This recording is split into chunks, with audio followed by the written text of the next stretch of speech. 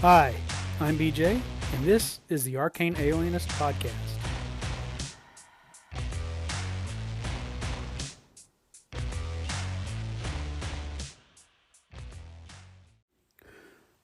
Hello, everybody. Welcome to another episode of the Arcane Alienist. I've got a couple calls from Jason Connerly of the Nerds RPG Variety Cast, and then kind of an update on my the games I've been running for my son and his friends.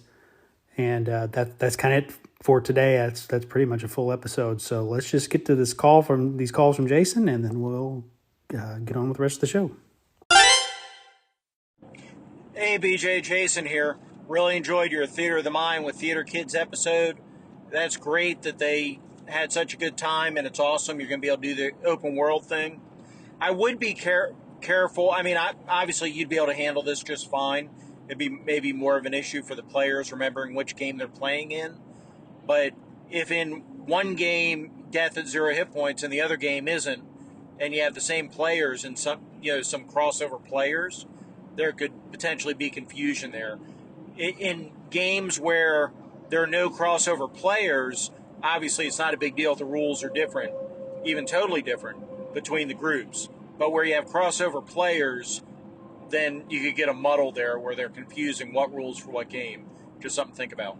As far as the VTT thing, yeah, you nailed it. The other issue the VTTs are, a lot of them expect you, if you're doing like Fantasy Grounds and a Zoom call and have something else open, a lot of people don't have dual monitors. They don't have these, home command centers. Some of us just work off a laptop with a single screen. And these VTTs with all the features and having the map open, the character sheet open, and, a separate window for Zoom open, and that's hard to do with one laptop screen and see everything. And so that's an issue for a lot of people. And I don't think we should be gate-kept by needing two monitors to be able to effectively play the game. So just throwing that in there as well. Hey, BJ, one last thought on your Theater Mind with Theater Kids episode. Honestly, you could probably give the spoilers out in your podcast. It's just a matter of telling people that are players in your game not to listen. Now that Carl's streaming all the games all the time on YouTube, I'm not going to be playing in those games, so I can happily listen to the spoilers because it won't affect me. Maybe that's a little selfish, but if you do the lore dump stuff at the end of the podcast, be like, okay, if you're going to play my games, stop the podcast now. Those of you that aren't playing in my games, I'm about to do some lore dump. You could do that, and that's not a big deal. So that's one way you could do it. You could, have your cake and eat it too. Hey, Jason, thanks for the calls. Yeah, I think they'll be fine with slightly different rules across different games. Well, I guess we'll cross that bridge if we get there. Right now, we've only got one person playing in both, and I think if it's just that one rule, I can just remind them, okay, remember this session, or as we go into combat, remember now we're doing death at 0, or now we're doing con loss when you go hit 0 hit points. If it was a wildly different rule set, that could be really confusing. That happens to me sometimes. I was playing our 5th edition Eberron game with Carl the other day, and I was going, okay, I need to use a hero point because I'm so used to playing Pathfinder with Carl. For a minute, I forgot, oh yeah, we don't have hero points in 5th edition D&D. We were talking about VTTs. I think you're right. I think, particularly something like Fantasy Grounds where you're asking someone to install and run an application versus just getting on a website. That's a big ask. I know with Roll20 they make it a little easier because if I understand correctly, I'll try this tonight when I play. I think if you can use the Roll20 app on your phone, and it'll only do your character sheet, but if the game is going on while you have that open, then you don't have to open your character sheet on your computer screen. You can effectively use your character sheet from your phone and still roll into the game. If you want to roll an attack or a saving throw or an ability check or something like that. And I think that's probably, I hope, where we may be going as things become more digitally mediated, is more things like that, where digital character management, digital character sheet that you could do on a phone, where you don't have to be on a computer, and that's useful sitting around the table, just so you're not erasing and marking and on a paper character sheet that wears out over time and gets folded up and torn and lost and things like that. But it also, for playing online, that reduces the burden of what you need to do on a computer screen with your computer, so that you could just play via a Zoom call or a video chat and just do stuff from your phone in terms of your character if that's what you wanted to do. Or if you're even if it plugs into the VTT. So I agree. It can get kind of ridiculous, the amount of screen space you need sometimes, if you want to go all in. But there's always been a sort of a bar to participation. I think, well, maybe not. It depends on the group you're playing with. Like, I certainly wouldn't want someone to be left out, of a game for not having the exact same setup as everybody else. But I remember groups. I don't think I've ever played in a group, but I remember online discussion, really back before rules became so widely available in digital content, about tables that require everybody to have their own player's handbook, so that you don't have three people needing to look something up at the same time, which sounds, for those of us who are really into the hobby, it's like, oh, I have 3 copies. I have 3 copies myself. What are you talking about? But for particularly a young person who hasn't devoted a lot of money to the hobby, or doesn't have a lot of things, asking them to fork over $50 for a player's handbook when, you could just ask them to just show up, or at the minimal, just get a set of dice for themselves. That can be an ask, depending on what a person means. Or if you say we're going to start using some advanced rules, which is going to require you to use 2 or 3 different books to play in this game. But there are different ways people have created barriers to participation or a minimum buy-in. I think technology is just another one of those things that we've got to contend with as a hobby. Is what's sort of the minimum you can expect, and then what are sort of what's asking too much. And I guess depending on the group, it's never asking too much if everybody's okay with that. But you certainly, I think a lot of us don't want to, knowing there are people who enjoy playing role-playing games out there, don't want to create undue barrier for them just because they don't have the same type of computer, the same type of phone, the same, even the same time to devote. I don't expect a player to sit around all we can think about D&D the way I do. As long as they kind of show up ready to play and are having a good time, I'm fine with that. So, but it is a good point to make about, how many screens do you need to play D&D online? And trying to keep that to a minimum for everybody involved. In terms of spoilers, I think that's a good point. Just kind of put them at the end. Hey, here's some spoilers if you're a player in my game, or you don't want to know spoilers about stuff. You're listening along to my recaps and you don't want to know something until the players who are playing the game encounter it, then stop here. That's probably a really good strategy if there's going to be a big lore dump. Anyway, thank you very much for the calls, and now we will turn over to a recap, and that'll be it for this episode.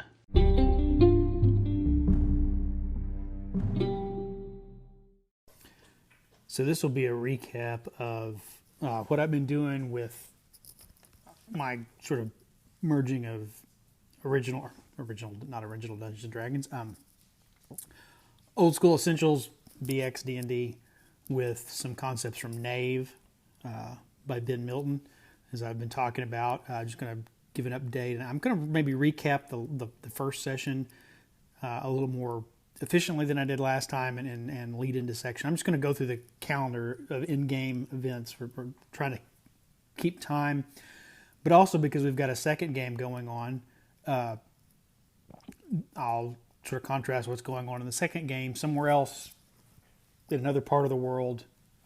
Maybe not another part of the world, but this part of the world, but far in another region in this part of the world, with a second group of players. So the first group is I mentioned, these are all, well, both groups are all kind of high school kids. They're my son's friends from different activities and classes he's in. So he's the only one who's in both groups.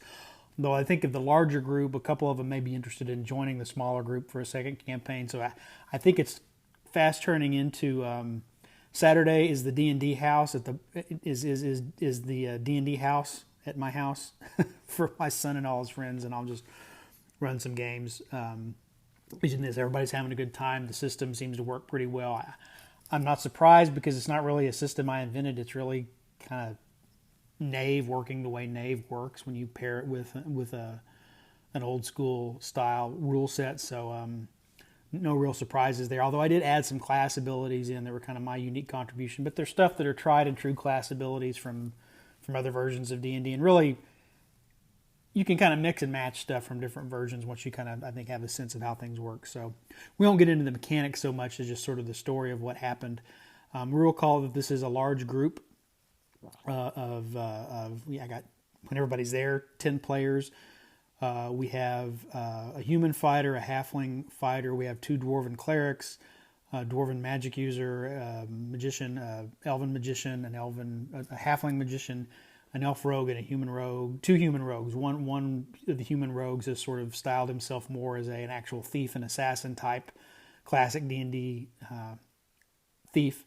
The other one has sort of is not a bard because he doesn't have the magic abilities that we tend to think of a bard, but it is using the rogue class to sort of create a street performer who is not at all criminal in their outlook, and so it's a large group. 2 of the players couldn't make it the first time, and they just kind of showed up at the end. And I said, "Well, you arrived to the city late, and then you sort of catch up to some of your friends when you say, hey, well, where did these people go? We're looking for these folks."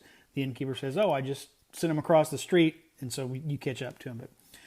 But here's sort of the and sorting to doing the strict adherence to tracking time. I don't know how strict this is. I'm trying to do a better job of it with this campaign, particularly the 2 going on, because we can have crossovers if we want to, which the kids have already started to realize that on their own. Hey, we could do a little bit of that, couldn't we? Yeah, we could. But here's what happened.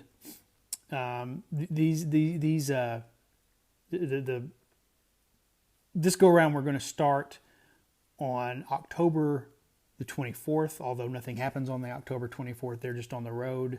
That's really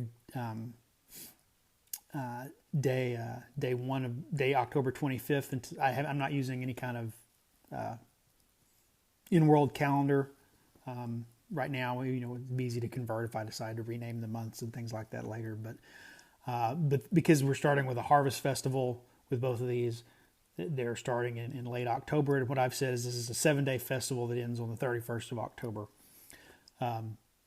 So in the main campaign, the big campaign, they've all entered the city of Sparta on the first day of the 7-day festival of St. Lancre. This is a harvest festival. The dwarves have come from their home in a place called Carn Boldar to obtain a new pair of lenses for the observatory. There is a magician, a wizard that lives among the dwarves who has an observatory, but they need new lenses for their thing, and so that's why the dwarves are there. Everyone else decided they were just sort of there for the festival, except for one character, a human fighter who has wanted to be local to the city, so we established that he is a house guard for one of the noble houses, House Torinscu. And again, I'm running for this group. Our first adventure is the Veiled Society, which is a classic basic D&D adventure set in the world of Mystara, but we're kind of tweaking it so it's in sort of the mythic world of Erd. So some of these names I changed, some of them I didn't. I've kept the names of the noble houses. So the opening processional as they come in is being, this festival is being sponsored by House Torinescu. And so the rest of the group enters as the opening processional is going through the streets. And one of the rivals, House Radu, starts some trouble in the street to disrupt the parade. There's a bit of a scuffle. There's a pushing and shoving match. The player, this is actually my son's character, tries to intervene to kind of break up the fight. Things get heated, and he did this perfectly. We didn't plan this, but it just worked out really good. I'm thinking, how am I going to get him out of duty so he can join these other people on an adventuring party? And we get to the point of pushing and shoving. We have to roll initiative as he sees that the House Radu agitator is about to draw a dagger. We've established that only the Duke's men are allowed to go fully armed. Everybody else is only allowed to carry a walking stick that they can use as a cudgel or a staff or a dagger. Anything else can't. If you're carrying a weapon around because you're traveling or going somewhere, it has to be peace bonded. Anyway, this guy starts to draw a dagger on him. The player's character wins initiative though, and so is able to draw his dagger first and stab the guy, which causes a big panic in the thing. So in the streets, but the noblewoman who is sort of leading the procession tells everybody, stop, calm down, everybody calm down, go about your business, see to that man's wounds, and sort of settles down the situation. But that does result in my son's character having to take a couple days off to lay low, so that, since he's sort of caused some trouble in the streets, although he was just trying to defend himself. Anyway, everybody else witnesses this. They had an opportunity to intervene. They didn't really do anything other than the thief kind of picking a few pockets, as he observed. And so we end kind of the first day with him finding that the only rooms to be found are at a local. It's a poor section of town. It's a safe inn to stay in. It's just not fancy. The name of the inn is the Happy Chicken. And I got that because back when I took Spanish in college, the restaurant, I took this interesting, I believe years later, may have actually been in one of the pilot studies for Rosetta Stone. I don't know. Because I got selected to be in a special section of Spanish where we didn't just do classroom. It was small group discussion, and then we watched these interactive videos. But it was this sort of same family that would kind of go to these same locations in different situations to sort of help you learn Spanish in context. But the restaurant they always went to was called El Pollo Contento, the Happy Chicken. So the Happy Chicken taverns and inns show up from time to time in my games as a result of that. So they find this inn called the Happy Chicken, and that's where we end the first day of their campaign, which is actually day 2 of the calendar. I need to update this in my notes. So for them on day 3, we'll just say day 1 was them on the road. Day 2 is them entering the city. Day 3, the next morning, as they're going about their business, I have the one character who's local. You're not on guard duty anymore. We need to lay low. So you stay out of trouble here. I need you to take some stuff delivery over to the Happy Chicken Inn. Maybe there's a big festival going on. There's people being boarded in different rooms. There's different supplies changing hands. I'm out of this. I'm out of that. Can I buy that off of you? So people are kind of helping each other out in terms of hospitality and food supplies. Is how I explained it. I need you to go over and take this some money over to the innkeeper for something they're doing for us. So he's there when this happens. Everybody else is in the morning as they're having the morning meal. This old woman comes in and says, "Oh, there's a devil living in the root cellar underneath my house, and I'm afraid to go down there anymore. I hear him moving around, but I'm too scared to go look." The innkeeper sort of sees that he's got these adventurers gathered in there, and is like, can you go help her? And then he what ultimately ends up happening later is he agrees that he'll take 50% off their bill while they stay through the festival. So they go, they poke around, they get down in her cellar, and they see that someone has dug tunnels leaving her cellar, and as they start to explore, there are cellars to several houses that are connected by these tunnels. They manage to capture one of the workers, who informs them he's been employed by this mysterious group called the Veiled Society. He's there today to help dispose of a woman's body, but he swears he wasn't involved in killing her. He was just dispatched to come help dig the grave. He leads them to another cellar where 2 other humans are there with the dead woman about to build the body. A fight breaks out. One of the humans who was there with the body flees down another side tunnel, and the criminals are found to be working with a group of hobgoblins. As they chase him, they find there's a group of hobgoblins who have kidnapped probably some homeless or poor people or peasants and pressed them into service. digging these tunnels. So they fight the hobgoblins. They defeat the hobgoblins. The two clerics got injured pretty severely. And so that's where we ended the first campaign session. And they had a really good dungeon crawl. They had at some point kind of split up amongst themselves and wandered around. The thief character didn't really want to go down in the tunnels. He stayed and talked to the old woman and got a little more information. At one point, they popped up into another home and found a place where someone apparently involved in all of this has been staying, because they found a map. They found a bottle of rare elvish wine. And they found some bloody rags and bandages where someone had been injured and seems to have treated themselves. And this turns out to be the house. It's a guest house. The main house is owned by a local merchant, but he's been renting this small house to a traveling, like a journeyman or apprentice blacksmith who's come to kind of study in town, as far as he knows. So the houses on the map they find are marked several places in two other noble houses, which will become important in the second session. And they kind of realize that there's this veiled society that's only spoken of in whispers. Sorry about my dog. I don't know what my dog's barking at. Hold on a second. I don't know if you guys can hear that. Stop it. Hush. Anyway, they've uncovered there's this veiled society that's only spoken of in whispers, and even the city's criminals are frightened of them. It's, nobody knows who they are or what they're about, but something very dark and sinister is going on there. So that's where we got through day 3 of the calendar here.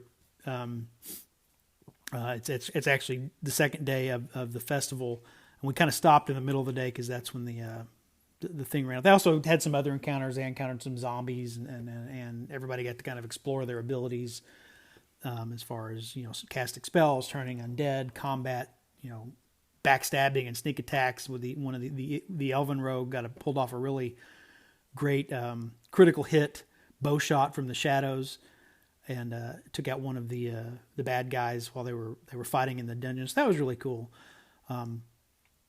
When we get to our second session, which we just had this past weekend, day 2, we pick up in the middle of day 2. The party decides they're trying to say, what are we going to do with this dead woman, And so when they pull back the tarp to sort of see what's going on, they can see that at least the one character who is sort of a local recognized that this woman is named Lucia Vorloy. She's the niece of a local baron. She appears to have been strangled. They notice that there are splotches of tar on her dress, and that there are some strands of coarse red hair clutched in one hand. He also knows that the character, this fighter who's a house guard, knows that one of the family he works for, one of their sons proposed marriage to this woman, and she rejected him very publicly, and it was sort of an embarrassment to him. So they try to figure out what are they going to do as they're trying to figure out what to do with his body. As they turn to leave, they run into a band of goblins. So they've just fought some hobgoblins. These are regular goblins who are in the tunnel, and they are way outnumbered. They really aren't way outnumbered, but they're kind of low on resources. They've just come through a pretty bad fight with the hobgoblins. Anyway, the goblins, I rolled sort of the goblins' attitude was kind of neutral to them when I rolled for a reaction, and so the goblins are willing to let them pass without a fight, but they tell them they have to pay the toll, and so they negotiate a little bit. What do they want? And then they get down to where the party basically gives them some silver pieces to let them go, and they let the party basically allowed to leave without any further trouble. They don't want to be implicated in the murder of this noblewoman that they found, so what they ultimately decide to do is they hide the body in the stable at the end, since they're just kind of right across the street. And after dark, they go and deposit. They decided to go deposit the body somewhere where it'll be found, but hopefully nobody knows that they were involved. But they are able to come back and say, hey, we took care of the devil in your cellar. There's nobody down there. And so the old woman can go back home. What also happens, though, is the thief character gets an anonymous message offering him the possibility of potential employment, and they tell him to come to the alley behind the inn on midnight the following night. So someone has obviously taken note of him as he's kind of worked the crowd, picking pockets, and done some other criminal stuff kind of on the sly. So that's our end of day 3. On day 4, because the clerics got injured, the rule I'm using is once you go to 0 hit points, where you would normally go to negative hit points, instead you lose points of constitution, which allows you a little more chance to survive, but it also means you can't carry as much gear. You're not going to be making any kind of constitution checks or saves when it affects your saving throws and some other things that come up. So, and you can't just heal that with a spell or with casual rest. That takes a full day of rest to get a point of constitution back. So they're pretty much bedridden for a couple of days. So this turned out to be mostly sort of a role-playing and planning session. So the clerics remain in the inn to recover. These are 2 of our dwarves. The other dwarf goes and checks on the observatory lenses they're supposed to purchase. He's informed that they won't be ready until probably after the festival because the city's kind of all focused on that. Everything else is slowing down. But also they start to hear word starting to spread that this noblewoman's body was found in the market square in the morning, and some of the commoners are saddened. Oh, how tragic! Some are kind of indifferent. There are a few people who are like, oh, nobles, they get what they deserve. Why are they so important? At the end of the day, though, Stefano Turanescu, who is this nobleman who proposed to her, is charged with the murder and taken into the Duke's custody. The guard, he was sort of at home, there when the Duke's men come to get him. And he tries, my son's son, basically, this is his character. He tries to stave him he just says, hey, look, here's what happened. He doesn't name any of the other player characters. He said, I went to take that money over to the innkeeper. He asked me and some others to help.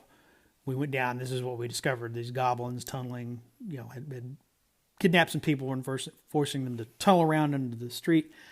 We found her body, and we trying to not want to implicate anybody or get anyone in trouble. This is what we did. We left her body to be found in the market.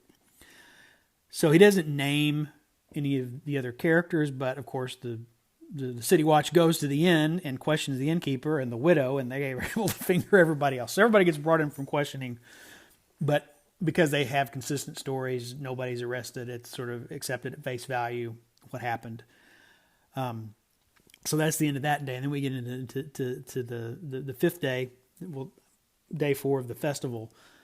So the unrest continues to grow in the city because this nobleman has been confined to the Duke's palace, but nothing's been said about a trial or any consequences.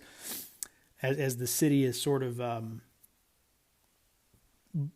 unrest is growing, a curfew is declared.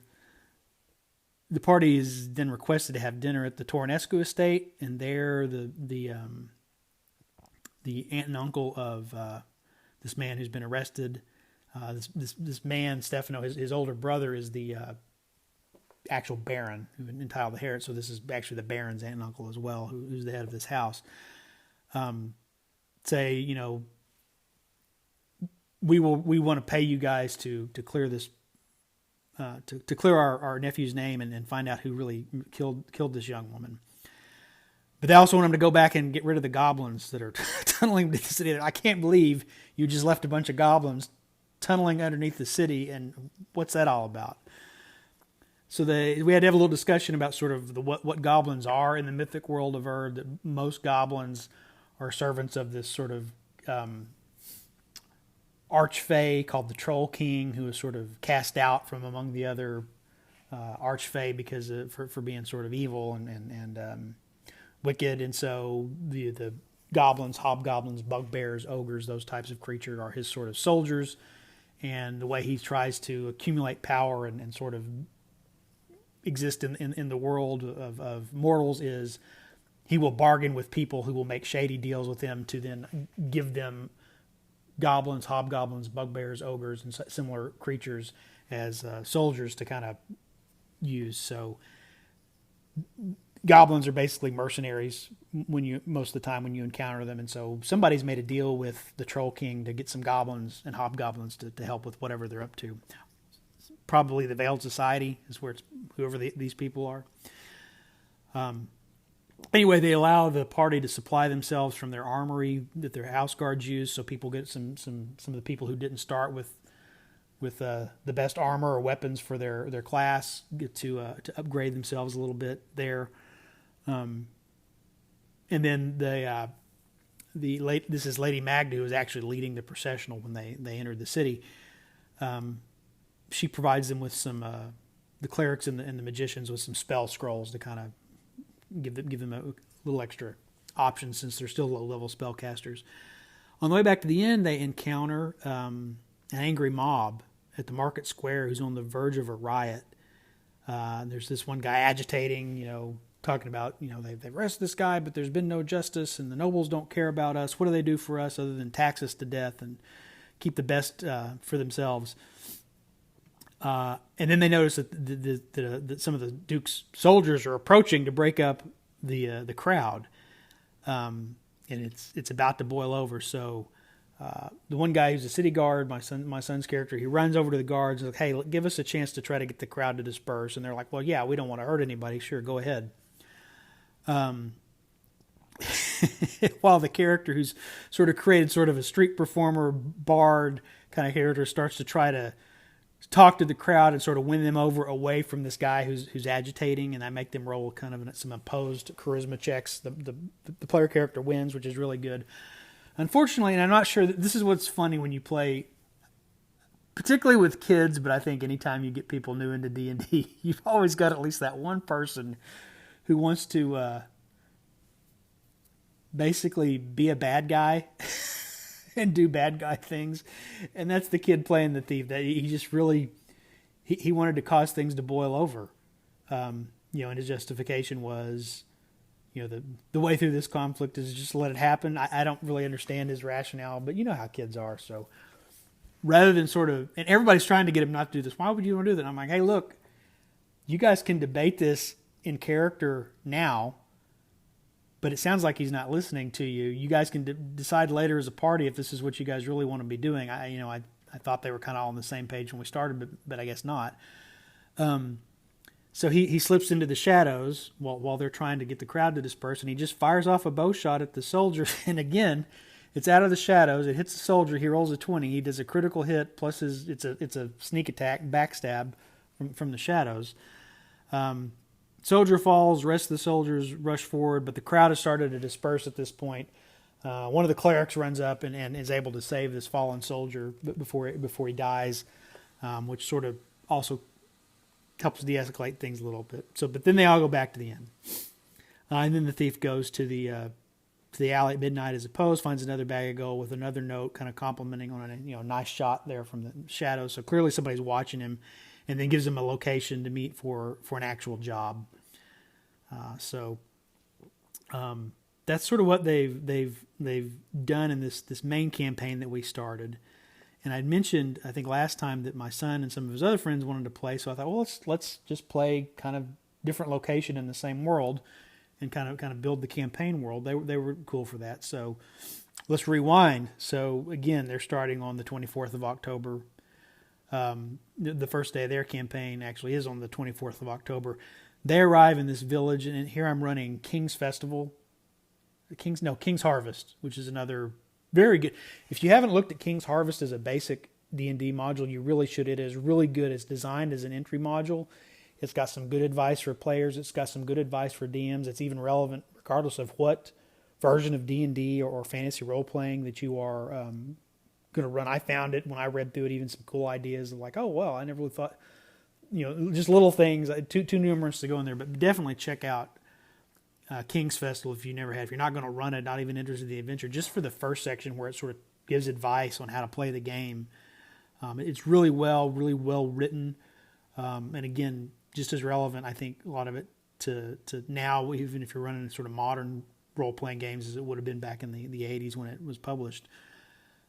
Anyway, they arrive in the village of Stalinford on the eve of the same festival. So the festival hasn't started, so they're technically a day ahead of where we picked up the other campaign. And they find lodging at the local inn of the Hungry Halfling. They meet the proprietor, who is a halfling. And also as they're having their evening meal and winding down, this priest who's the head priest of the local temple has comes around and says hello to everybody and kind of introduces himself and checks on them. Father Ehrlich. And what's going on is, of course, they're about to. Tomorrow is the first day of the festival, so people have brought in harvests and they've donated a lot of food that have been stored at the temple. People have also brought alms and donations and tithes and stuff. So the temple has got food and money. You can probably see where this is going, right? Piled up inside. So just before dawn on day 2, everyone is awoken to screaming and shouting in the streets. They look out. There's people running everywhere. Some of the villagers lay dead and wounded. The temple's on fire. They rush out to help. What has happened in the night is the temple was raided in the night and set on fire by a band of orcs who took most of the food and the money, as well as kidnapping Father Elric, and took off. So I should probably mention that this party, we've got an elven cleric, we've got a halfling rogue, and a halfling magician, and then we've got an orc fighter. So orcs are one of the options for player characters. And so they come out to help, but then people notice that one of them is an orc. So the crowd some of them start to turn on them and like, oh, he must have been a scout. He's in with the other orcs. So there's this moment of tension. But then, of course, people are, they're like, no, the innkeeper says he was here all night. He's one of my guests. And this elderly man who's kind of coming back into town down the road, speaks up and reminds everybody, hey, not all orcs belong to the same groups. There are good orcs, there are bad orcs, just like there are good humans and bad humans.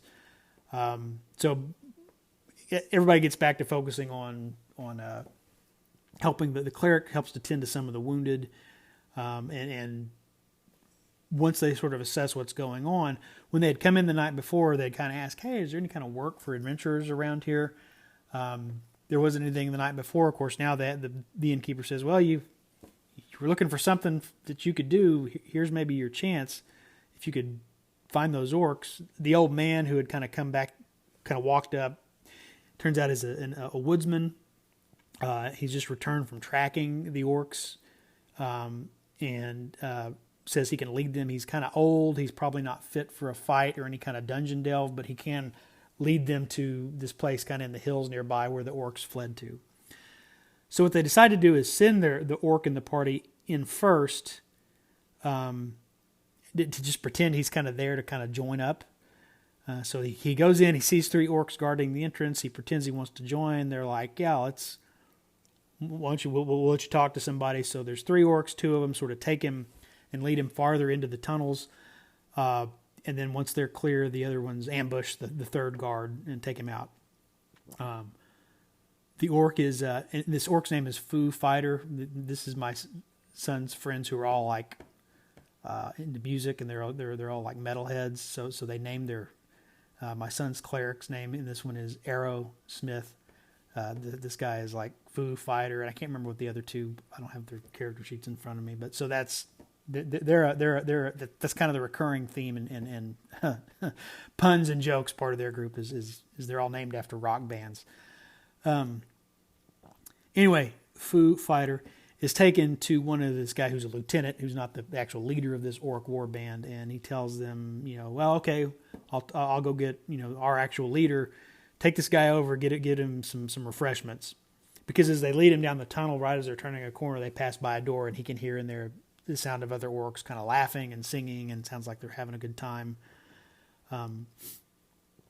So the rest of the party kind of follows along. Now, they don't know exactly where he's gone. They've split up at this point, so I'm having to, again, track turns back and forth like I did when the other party had split up in the dungeon, in the other campaign.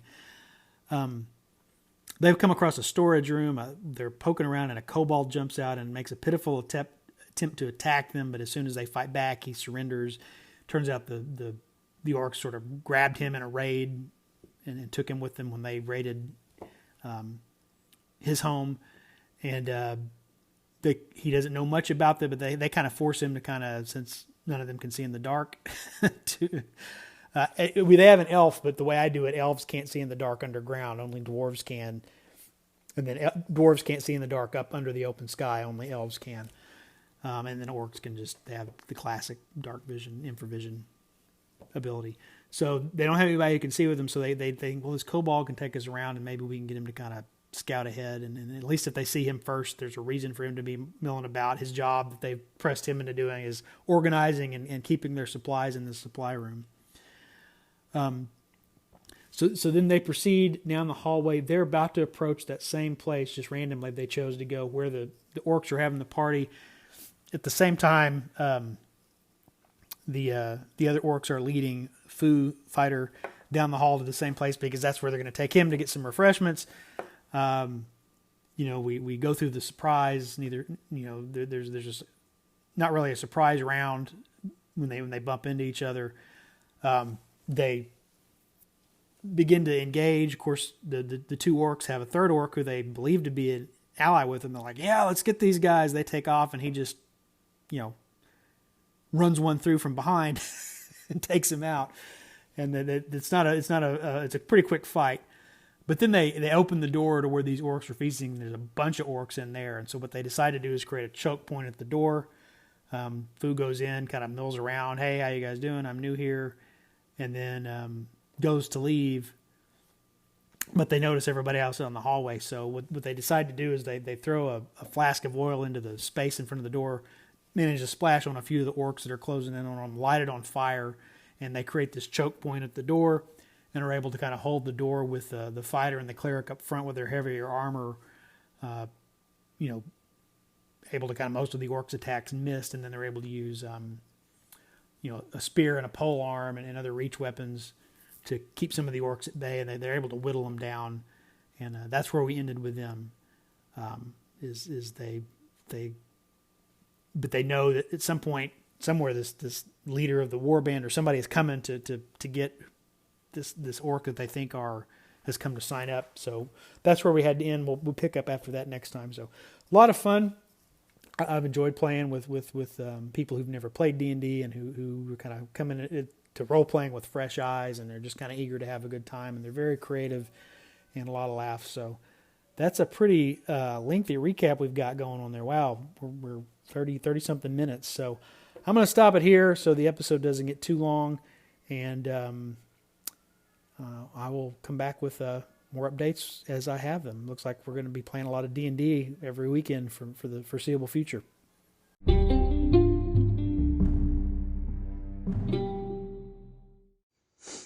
Okay, that was it for this episode. I want to thank Jason Connerly of the Nerds RPG Variety Cast for his call. Be sure and check that out. Something else that I've been doing lately, didn't talk about this episode, but I've been kind of watching. If you go to Daniel Norton's YouTube channel, not his main Bandits Keep YouTube channel, but his actual play YouTube channel, he's got, he's been doing it for a while, but I've just recently managed to kind of make time to watch. He's got a lot of actual play, but go to the playlist called The Song of the Mapper, and that's one where he starts with original D&D. He's using the 3 little books. I mean, it's some of his adaptations with his system he's been developing for the last few years. But it's the 3 little books. Monsters and Men and Magic, Monsters and Treasure. Was it Wilderness and Underworld Adventure, something like that. But the 3 basic books: Chainmail is the combat system, and the Outdoor Survival board game map as the overworld. And he's randomly locating treasure hoards and building dungeons around them, and then having characters explore the map old school. So if you want to see sort of how Chainmail, Outdoor Survival, and original Dungeon Dragons sort of come together as a campaign, he's got these really good series of solo play videos where he's demonstrating that. So I'd really recommend checking that out. That's the Bandits Keep actual play channel, and it's the Song of the Mapper playlist, which is one of his ongoing solo endeavors there. So be sure and check that out. And I may talk more about it in another episode if I have something else to say. But for now, it's just like, hey, it's really cool. Daniel's a great guy. He does really good work. So be sure and check that out along with of course, all his other stuff. Anyway, that's it for this episode. Thank you for sticking with me and listening. I appreciate it, everybody out there. Be sure and give me a call or drop me a message if you want to. But until I come back with another episode, whatever you're doing, wherever you're out there, take care of yourself and try to make somebody happy today.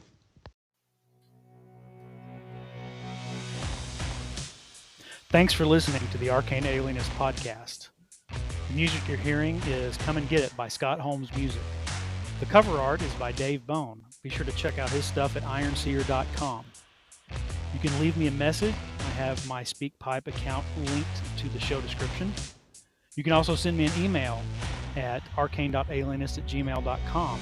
Just embed a voice memo, or I'll just read the text to your email during a future episode. Once again, thanks so much for listening.